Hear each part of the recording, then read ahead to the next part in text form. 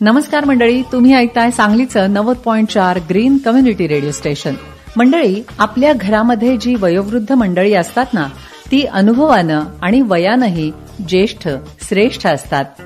जसं आपण त्यांचा आदर करतो, त्यांची काळजी घेतो ना, त्याचप्रमाणे भारत सरकार देखील 60 वर्षांवरील सर्व व्यक्तींची, या ज्येष्ठांची खूप सारी काळजी घेत असतं.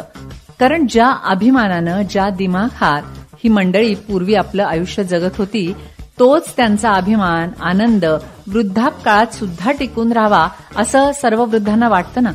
पण ते अनेक कारणांनी काही वेळेला अशक्य होऊन बसतं आणि शारीरिक किंवा आर्थिक समस्यांना त्यांना सामोरं देखील जावं लागतं.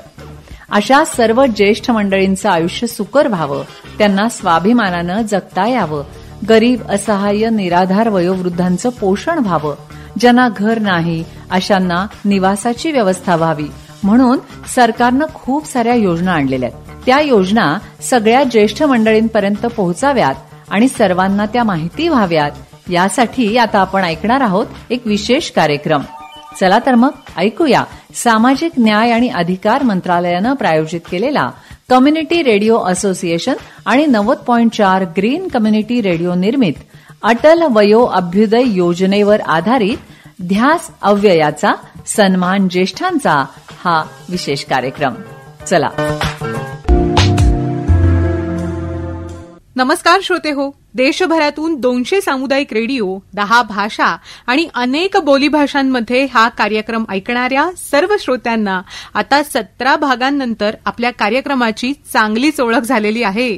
सामाजिक न्याय आणि सक्षमीकरण मंत्रालयाच्या योजना आपल्या देशामधल्या ज्येष्ठ नागरिकांचं आयुष्य सुकर करण्यासाठी, सुलभ होण्यासाठी प्रयत्न करत आहेत.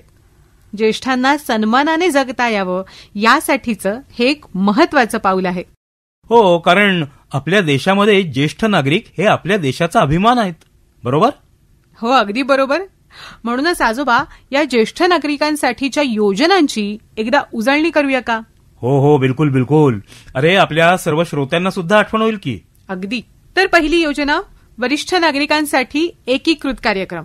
या योजनेच्या माध्यमातून वरिष्ठ नागरिकांसाठी चालवल्या जाणाऱ्या वृद्धाश्रमांना, देखभाल गृहांना व्यवस्थापनासाठी अनुदान दिलं जातं. त्याचबरोबर एनजीओजना सुद्धा अनुदान दिलं जातं.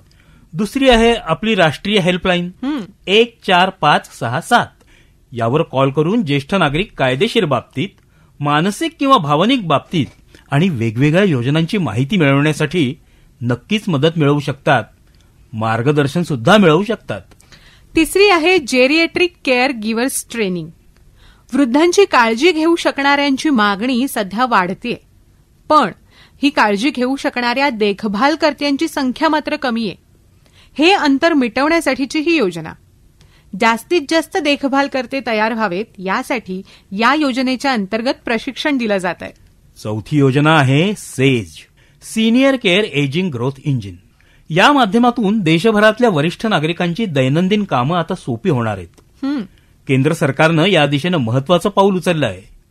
ज्येष्ठ नागरिकांसाठी जे स्टार्टअप्स नवीन सेवा देणारे आहेत किंवा नवीन उत्पादन निर्माण करणारे आहेत, अशांना अनुदान देणारी ही योजना आहे. त्यानंतर आहे राष्ट्रीय वयोश्री योजना. बीपीएल श्रेणीमध्ये येणाऱ्या सगळ्याच वरिष्ठ नागरिकांना शारीरिक सहाय्यता आणि सहाय्यक उपकरणं प्रदान करणारी ही योजना आहे. ही केंद्रीय योजना आहे जी पूर्णपणे केंद्र सरकारद्वारे चालवली जाते. वरिष्ठ नागरिक कल्याण कोषमधून या योजनेचं निधी व्यवस्थापन होत आहे. कॅटरॅक्ट सर्जरी म्हणजे मोतीबिंदूचं ऑपरेशन. आयुष्यमान भारतच्या माध्यमातून ज्येष्ठांसाठी मोतीबिंदूची शस्त्रक्रिया निःशुल्क करण्यात येते.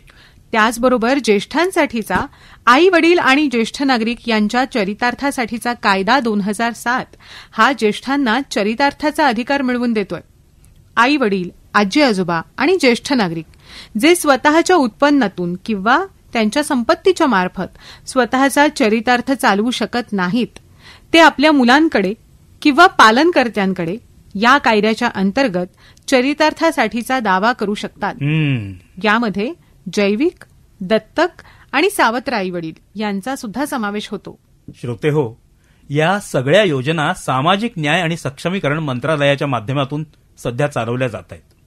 त्याचबरोबर वेळोवेळी वेगवेगळ्या निमित्तानं मंत्रालय वृद्धांसाठी, दिव्यांगजनांसाठी इतर कार्यक्रमाचं सुद्धा आयोजन करत असतं. जसं आता सुरू असलेल्या महाकुंभ मेळ्यामध्ये सुद्धा मंत्रालय सक्रियतेने ज्येष्ठांची काळजी घेत आहे. या पुढच्या प्रोमोमधून आपल्याला त्याचा अंदाज येईल. ऐकूया. है जग में इस कुंभ की महिमा अपरंपार, डुबकी लगाइए आइए. 12 वर्ष में होने वाले महाकुंभ मेले में जाने का मन किसका नहीं होता. और जीवन के इस पहर में महाकुंभ एक अवसर भी है आध्यात्म और भक्ति का. प्रयागराज में 13 से 26 जनवरी 2025 में होने वाले महाकुंभ में सामाजिक न्याय और अधिकारिता मंत्रालय आप सभी बुजुर्गों के मेले में सम्मिलित होने को आसान और सुविधाजनक बना रहा है. इस अवसर पर मंत्रालय संचालित कर रहा है अपना एक सुविधा स्टॉल, जहां वृद्ध जनों को मिलेगी हर तरह की सुविधा और सहायक उपकरण, साथ ही उचित सलाह भी. और साथ ही सामाजिक न्याय और अधिकारिता मंत्रालय आप सीनियर सिटीजन से यात्रा के दौरान कुछ सावधानी बरतने की अपील भी कर रहा है. आप सभी ये यात्रा अकेले ना करें और किसी को अपने साथ जरूर लाएं. ज्यादा भीड़ भाड़ में सावधानी बरतें और भीड़ से बचें. घबराएं नहीं, धैर्य बनाए रखें. मेले के नियमों का पालन करें. किसी असुविधा में सामाजिक न्याय और अधिकारिता मंत्रालय के स्टॉल पर या नजदीकी सहायता अधिकारियों से संपर्क करें. महाकुंभ मेला आपके लिए सफल रहे और सुरक्षित भी. इसकी कामना के साथ सामाजिक न्याय और अधिकारिता मंत्रालय आपको महाकुंभ मेले की शुभकामनाएं दे रहा है. CRA द्वारा निर्मित और सामाजिक न्याय और अधिकारिता मंत्रालय द्वारा जनहित में जारी. श्रोते हो, ध्यास अव्ययचा सन्मान ज्येष्ठांचा हा कार्यक्रम आपण ऐकत आहात. ज्येष्ठांसाठीच्या योजनांची माहिती या कार्यक्रमातून आपण देत असतो. आजोबा, सगळ्या योजनांची उजळणी तर झाली? हो झाली. अहो, पण तुमचे मित्र आज भेटायला येणार आहेत ना, त्यांच्या स्वागताची तयारी झाली की नाही? अरे हो, अगं सुरेश पण आज येतोय आणि त्याच्याच स्वागताची तयारी करतोय. गुड. जरा बघू तरी काय तयारी सुरू आहे तुमची. लक्ष्मी, तू चल ना माझ्या बरोबर किचन मध्ये. आपण दोघं मिळून तयारी करूया. एक मिनिट, किचन मध्ये काय करताय तुम्ही? मला वाटलं तुम्ही स्वतः तयार होताय. तुम्ही जेवण बनवताय? अरे हो लक्ष्मी, आज मी स्वतः सगळं बनवतोय.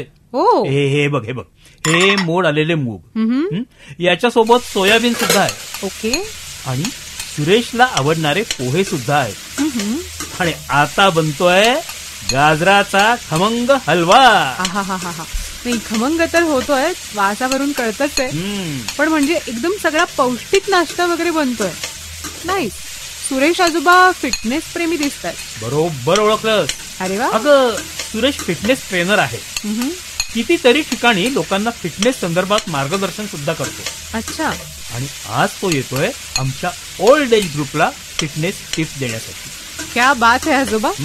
खरं तर फिटनेस प्रत्येक वयामध्येच गरजेचा आहे, पण ओल्ड एज ग्रुपसाठी जरा जास्त महत्वाचं आहे. बरं, तुम्ही नाश्त्याची तयारी करतायत तर कंटिन्यू करा. मी तोपर्यंत तुमच्या सगळ्या बाकीच्या मित्रांना जरा रिमाइंडर देते. हो, नक्कीच आठवण कर त्यांना. आणि हे सुद्धा सांग की नाश्ता करायला इथंच यायचंय आपल्याकडे. बिलकुल, तेही सांगते. बरं आजोबा, हा कार्यक्रम संध्याकाळी आहे. हो. आधी आपल्याला त्यांना भेटायला बाहेर जायचंय, तेव्हा लवकर आटपा किचन मधलं आणि तयार होऊन या. हो, लक्षात आहे. येतोच आहे मी. तू हो पुढे. येस.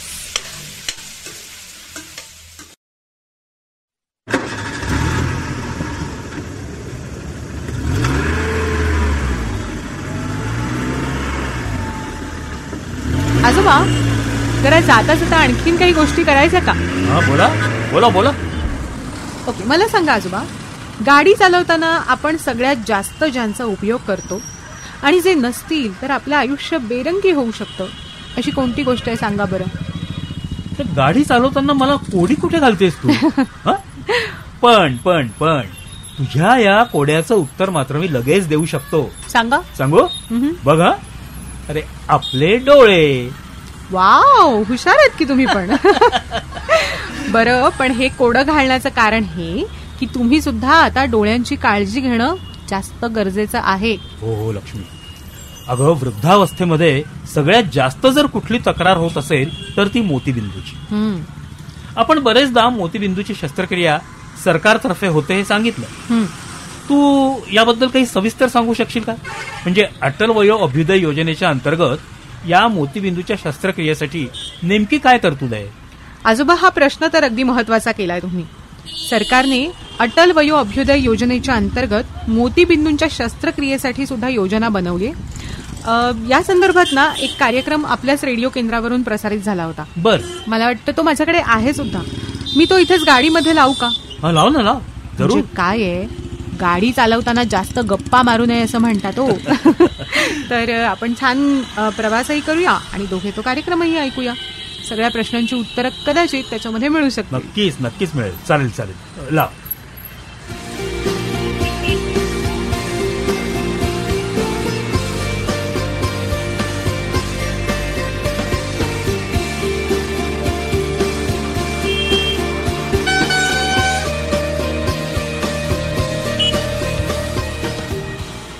नमस्कार श्रोते हो, तुम्ही ऐकत आहात सामुदायिक रेडिओ.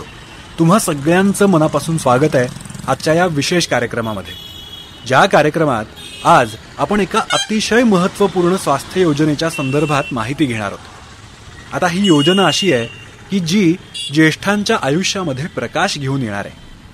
आयुष्यमान भारत योजनेच्या अंतर्गत जो आरोग्य विमा केला जातो ना, त्यामध्ये मोतीबिंदूची मोफत शस्त्रक्रिया सुद्धा समाविष्ट आहे. मोतीबिंदू, ज्याला आपण कॅटरॅक्ट म्हणतो, ही ज्येष्ठांना सतावणारी एक खूप मोठी समस्या आहे. पण आता मात्र या योजनेमुळे ज्येष्ठांना नक्कीच एक नवा प्रकाश मिळू शकणार आहे. मोतीबिंदू म्हणजे काय हे बऱ्याच लोकांना माहिती नसतं, म्हणून त्यांच्यासाठी म्हणून एकदा सांगतो की मोतीबिंदू म्हणजे आपल्या डोळ्यांच्या लेन्सेस, म्हणजे डोळ्यांची जी भिंग असतात ती अंधुक होतात. आणि जेव्हा डोळ्यांच्या लेन्सेसवरती काहीतरी थर जमा होतो तेव्हा आपली दृष्टी अंधुक होते, आपल्याला नीटसं दिसत नाही. ही समस्या विशेषतः ज्येष्ठ नागरिकांमध्ये सगळ्यात जास्त दिसते. या मोतीबिंदूमुळे ज्येष्ठ नागरिकांना आपली रोजची कामं सुद्धा करणं, म्हणजे वाचन करणं असेल किंवा टीव्ही बघणं असेल, मोबाईल बघणं असेल किंवा अगदी रस्त्यावरून चालणं असेल, ह्या रोजच्या कामांमध्ये अडचणी येत असतात. आता प्रश्न असा आहे की या मोतीबिंदूचा इलाज नेमका कसा बरं केला जातो? तर तुम्हाला सांगतो श्रोते हो, या मोतीबिंदूवरती एकच उपाय, तो म्हणजे शस्त्रक्रिया करून घेणं. आणि या मोतीबिंदूच्या शस्त्रक्रियेत अंधुक झालेली जी लेन्स असते ती बाजूला करून नवीन लेन्स त्या ठिकाणी बसवली जाते. ही एक खूप सोपी आणि अतिशय सुरक्षित अशी प्रक्रिया आहे. अहो, आजकाल तर खूप प्रभावी पद्धतीने ती केली जाते. आता मी मगाशी तुम्हाला जी योजना सांगितली, आयुष्मान भारत योजना, ती नेमकी काय आहे ते तुम्हाला आता सांगतो. आयुष्मान भारत योजना हिला जिल्हा प्रधानमंत्री जन आरोग्य योजना सुद्धा म्हटलं जातं. तुम्ही ती कदाचित ऐकली सुद्धा असेल. ही भारत सरकारची एक खूप महत्वाची स्वास्थ्य योजना आहे. या योजनेच्या अंतर्गत सरकार गरीब आणि वंचित वर्गातल्या लोकांना आरोग्याच्या सेवांची सुविधा देतं. या योजनेच्या अंतर्गत आत्तापर्यंत जवळजवळ 10 कोटी कुटुंबांना आरोग्य विम्याचा लाभ घेता येतोय. आणि याचा जास्त करून फायदा ना ज्येष्ठ नागरिकांनाच होतोय. कारण आयुष्यमान भारत योजनेच्या अंतर्गत मोतीबिंदूसारख्या गंभीर शस्त्रक्रियेचा इलाज सुद्धा मोफत केला जातो बरं का. आणि या शस्त्रक्रियेचा सगळा खर्च हा सरकार करतं. आपल्याला तिथे 1 रुपयाही द्यावा लागत नाही की भरावा लागत नाही. आणि श्रोते हो, देशभरातल्या सगळ्या सरकारी हॉस्पिटल्समध्ये किंवा नर्सिंग होम्समध्ये या योजनेच्या माध्यमातून मोतीबिंदूची शस्त्रक्रिया मोफत केली जाते. मग आता एवढ्या सगळ्या छान छान योजना असताना या योजनांचा लाभ आपण घ्यायला हवा. तर या योजनेचा लाभ आपण कसा घेऊ शकतो सांगतो. असे ज्येष्ठ नागरिक जे आहेत की ज्यांना मोतीबिंदूचं निदान झालेलं आहे, तर ते सगळे या योजनेचा लाभ घेऊ शकतात. पण यासाठी सगळ्यात महत्वाची पायरी आहे ती म्हणजे आयुष्यमान भारत योजनेच्या अंतर्गत आपलं नाव तिथे रजिस्टर असलं पाहिजे. आता जर का काही लोकांची रजिस्ट्रेशन नसतील तर आपल्या जवळच्या जनसेवा केंद्रामध्ये जाऊन तिथे तुम्ही ती माहिती घेऊ शकता आणि आपलं रजिस्ट्रेशन सुद्धा करून घेऊ शकता. आणि यानंतर तुम्हाला तुमच्या जवळपासच्या कोणत्याही सरकारी हॉस्पिटलमध्ये जाऊन आपल्या डोळ्यांची तपासणी करायची.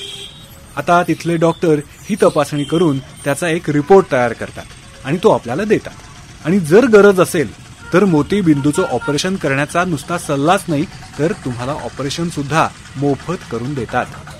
आता या शस्त्रक्रियेची जर का गरज पडली तर ह्या शस्त्रक्रियेची नेमकी प्रक्रिया काय आहे ती तुम्हाला माहिती असायला पाहिजे आणि ही केल्यानंतर त्याचा नेमका आपल्या डोळ्यांना फायदा काय होतो हे सुद्धा मी आज तुम्हाला सांगणार आहे. हे जे मोतीबिंदूचं किंवा कॅटरॅक्टचं ऑपरेशन आहे ही खूप सामान्य आणि सुरक्षित प्रक्रिया आहे. अजिबात घाबरायचं कारण नाही आणि बहुतेकदा तर ही शस्त्रक्रिया ना लोकल अॅनेस्थेशिया देऊनच केली जाते.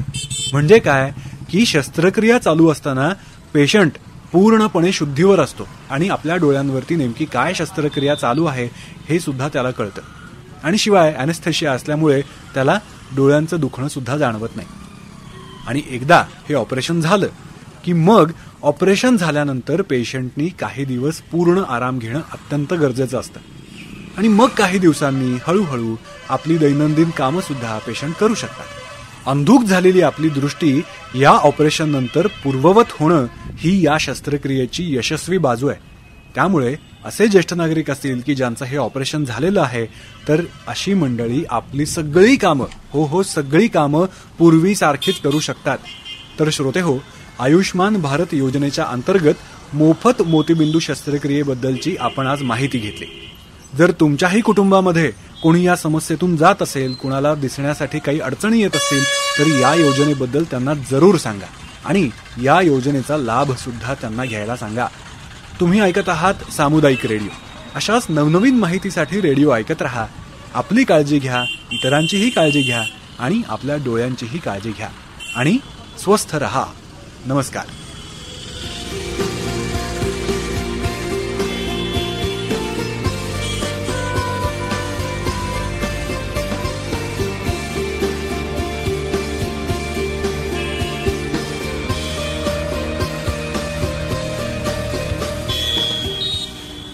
लक्ष्मी, हा खरंच खूप उपयुक्त कार्यक्रम ऐकवला आणि बघ आपण आपल्या ठिकाणी पोहोचलो सुद्धा. येस.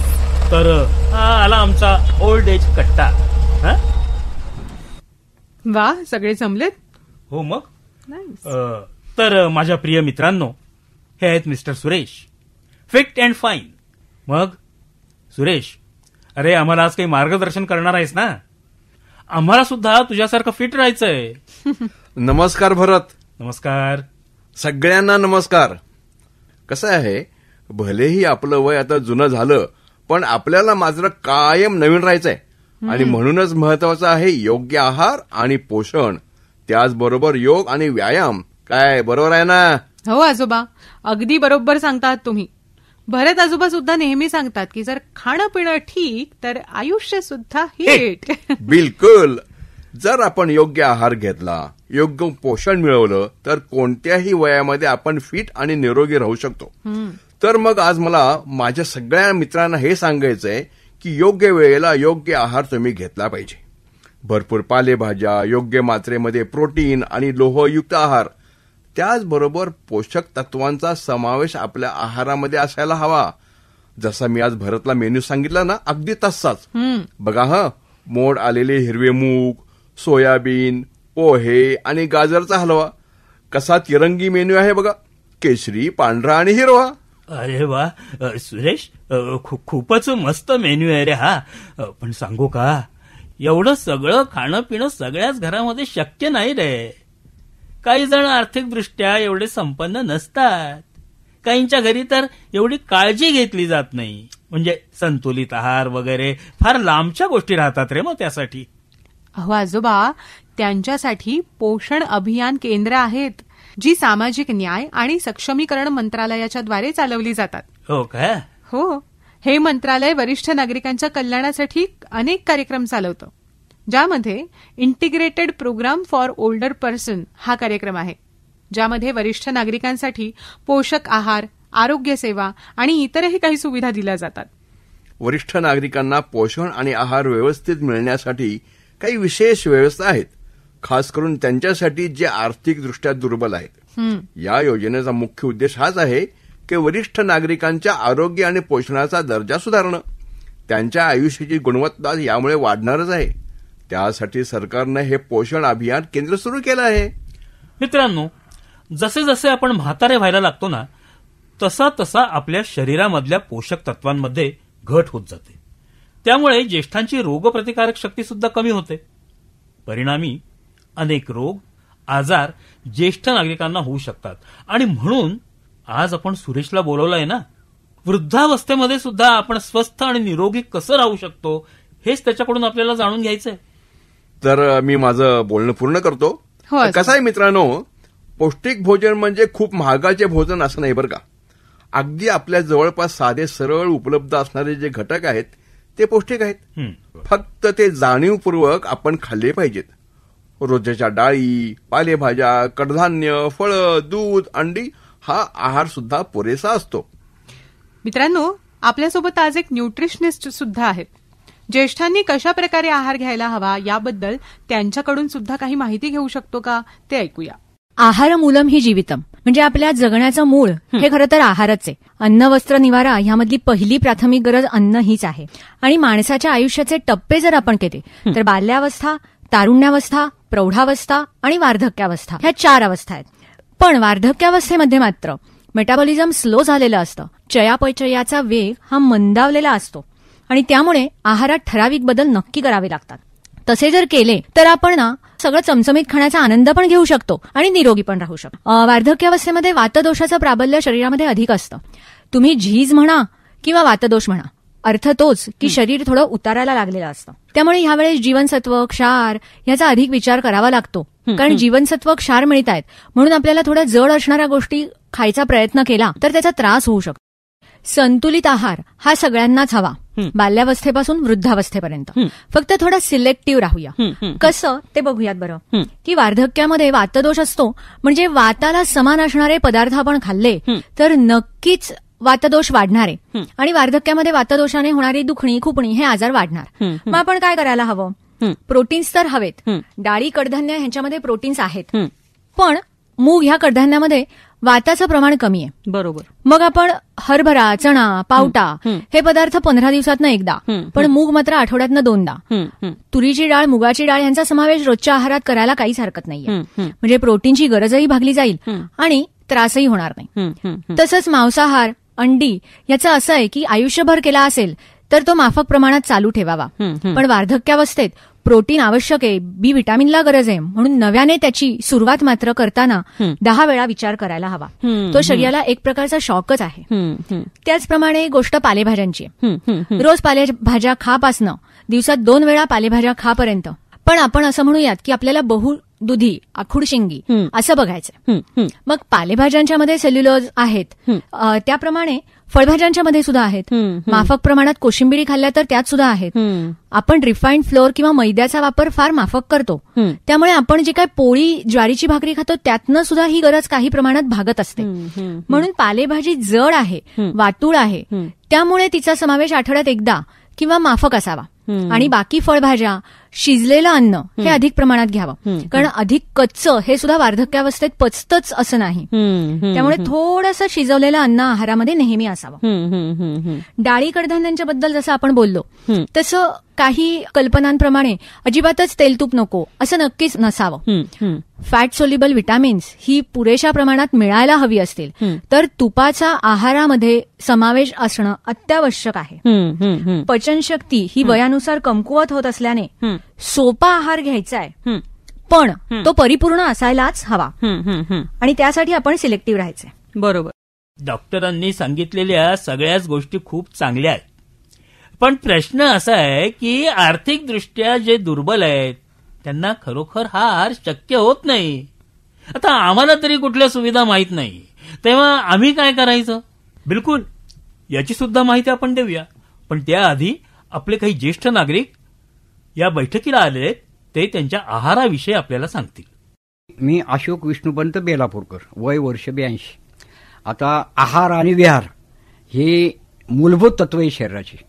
मी पहिल्यापासून म्हणजे जन्मापासूनच माझ्या आईच्या पोटात होतो तेव्हापासूनच शाकाहारी माणूस आहे. शाकाहारी जीवन जगण्याचं फार फार मोठं फायदे आहे चांगले. माझ्या रोजच्या आहार विहार म्हणलं तर मला रोज पालेभाजी लागते. पालेभाजी, बाजरीची भाकर, ज्वारीची भाकर, वगैरे हे अन्नपदार्थ मला रोज लागतात. मी आजूबाजूच्या हॉटेलमध्ये जाऊन वडापाव खाला, भजीपाव खाला, हे माझ्या जीवनाच्या बाहेरचे, याच्याविषयी मी संबंध नाही. तुम्हाला जर चांगलं तुमचं आयुष्य व्यवस्थित जगायचं असेल तर योग्य तुम्ही शाकाहार घ्या. या शाकाहारामधूनच तुम्हाला चांगली ऊर्जा मिळेल. मी एक वारकरी संप्रदायातला माणूस आहे आणि तुम्ही ह्या मार्गाला चाला हे माझं म्हणणं नाही. तुमच्या शरीरासाठी तुम्हाला व्यवस्थित जर जगायचं असेल तर शाकाहाराला जास्तीत जास्त महत्त्व द्या. कोलेस्ट्रॉलचे प्रमाण तुमचे आपलं कमी होणार. तुमचे हे अपचन, अजीर्ण हे विषय शाकाहारामध्ये नाहीच दिलेले. हे देवादिकापासून मोठ्या साधू संतापासून शाकाहारीवर फार त्यांनी महत्त्व पटवून सांगितलेले आणि हा शाकाहार माणसाच्या जीवनाला फार चांगला आहे. रोज तुम्ही पालेभाज्या खा, 2 टायमाला तुम्ही दूध प्या, दुधातून तुम्हाला ऊर्जा मिळेल, पालेभाज्यातून ऊर्जा मिळेल आणि तुमचं जीवन जर सकस जीवन जगायचं असेल तर पालेभाज्याशिवाय पर्यायच नाही का. ह्या निमित्ताने मला एक तुमच्यापर्यंत एक संदेश पाठवायचा आणि तुम्हाला जर 100 वर्ष आयुष्य जगायचं असेल तर तुम्ही शाकाहारीमध्ये या. मी तुमचं लाख धन्यवाद तुम्हाला देतो. तर मित्रांनो, आता आपण हा बाईट ऐकल्यानंतर समजू शकतो की कशा प्रकारे आपल्याला आहार आपला संतुलित ठेवता येईल. आता तुमचा जो मुद्दा आहे की आर्थिकरित्या दुर्बल असणाऱ्या माणसाने काय करायचं बरं, तर जसं आपल्याला माहिती आहे की सामाजिक न्याय आणि सक्षमीकरण मंत्रालय वरिष्ठ नागरिकांच्या कल्याणासाठी वेगवेगळ्या योजना आणि कार्यक्रम चालवतं. त्यामधला एक आहे integrated program for older person. वरिष्ठ नागरिकांना पौष्टिक आहार, आरोग्य सेवा आणि इतर सुविधा प्रदान करण्यासाठी हा कार्यक्रम तयार केलाय. यामध्ये वरिष्ठ नागरिकांच्या पोषणाच्या आणि आहाराच्या गरजा पूर्ण करण्यासाठी काही विशेष व्यवस्था सुद्धा केली गेली आहे. विशेष करून ग्रामीण क्षेत्रात जिथे वरिष्ठांचा पोषण स्तर खूपच खालावलेला बघायला मिळतो, तिथे ही कमी भरून काढण्यासाठी हे पोषण अभियान चालवलं जातं. अच्छा. काही निरीक्षणातून असं समजलंय की कमी पोषण मिळाल्यामुळे ज्येष्ठ नागरिकांची रोगप्रतिकारक शक्ती सुद्धा कमी होतीये. अशा नागरिकांना प्रत्येक दिवशी पौष्टिक आहार प्रदान करणं हा या पोषण अभियानाचा मुख्य उद्देश आहे. बरोबर. तर मित्रांनो, लक्ष्मीनं अगदी बरोबर सांगितलंय. या व्यतिरिक्त पोषण अभियानाच्या अंतर्गत पौष्टिक आणि संतुलित खाद्यपदार्थ सुद्धा दिले जातात. त्याचबरोबर प्रादेशिक भाज्या, फळं आणि दूध, अंडी, डाळी, कडधान्य या सर्वच तत्वांचा समावेश असलेला आहार ज्येष्ठ नागरिकांना दिला जातो, जेणेकरून ते स्वस्थ राहतील आणि त्यांना पौष्टिक आहार मिळेल. या योजनेच्या अंतर्गत जे जेवण बनवलं जातं त्यामध्ये जवळपासच उपलब्ध असणाऱ्या सगळ्या पौष्टिक सामग्रीचा उपयोग केलेला असतो, जेणेकरून ज्येष्ठांना दुपारच्या वेळी गरमागरम भोजन मिळू शकतं. त्याचबरोबर स्थानिक शेतकऱ्यांना सुद्धा त्याचा फायदा होतो. प्रत्येक ज्येष्ठ नागरिकांसाठी प्रतिदिन केवळ 20 रुपये या आहारासाठी आकारले जातात. प्रशासकीय खर्च आणि इतर सामग्रीचा खर्च भागवण्यासाठी आणि त्याचबरोबर भोजन वितरणासाठी ही रक्कम कामी येते. वा, क्या बात आहे. अशा योजना असतील तर कोणीच पोषण आहारापासून वंचित राहणार नाही. बरोबर. आणि सगळे ज्येष्ठ नागरिक त्यांच्या आयुष्याची सेकंड इनिंग अगदी फ्रंट फुटवरती खेळू शकतील, नाही का. अरे, जेव्हा शरीर असेल फिट तेव्हा म्हातारपण होईल हिट. तेव्हा माझ्या सगळ्या ज्येष्ठ मित्रांनो आणि मैत्रिणींनो, पौष्टिक आहार घ्या, फिट रहा आणि सुपरहिट जगा. वा वा वा वा. मग आज ओल्ड एज कट्ट्यावरती एकदम पौष्टिक गप्पा झालेल्या आहेत आणि या गप्पा मारून मला असं वाटतं की तुम्हा सगळ्यांना भूक सुद्धा लागली असेल. घरी नाश्ता तयार आहे, तिरंगी नाश्ता सगळ्यांची वाट पाहतोय. निघायचं का मग? हो, निघूया ना. चला चला चला. श्रोते हो, आम्ही तर चाललो आहोत पौष्टिक आहार घ्यायला. तुम्ही सुद्धा सर्वजण सकस आहार घ्या, स्वस्थ रहा आणि आनंदी रहा. लवकरच भेटूया ध्यास अव्ययचा सन्मान ज्येष्ठांचा या आपल्या विशेष कार्यक्रमाच्या पुढच्या भागात. तोपर्यंत मी लक्ष्मी, माझ्याबरोबर भरत आजोबा आणि आज सुरेश आजोबा सुद्धा, आम्ही तिघेही तुमचा इथेच निरोप घेणार आहोत. नमस्कार.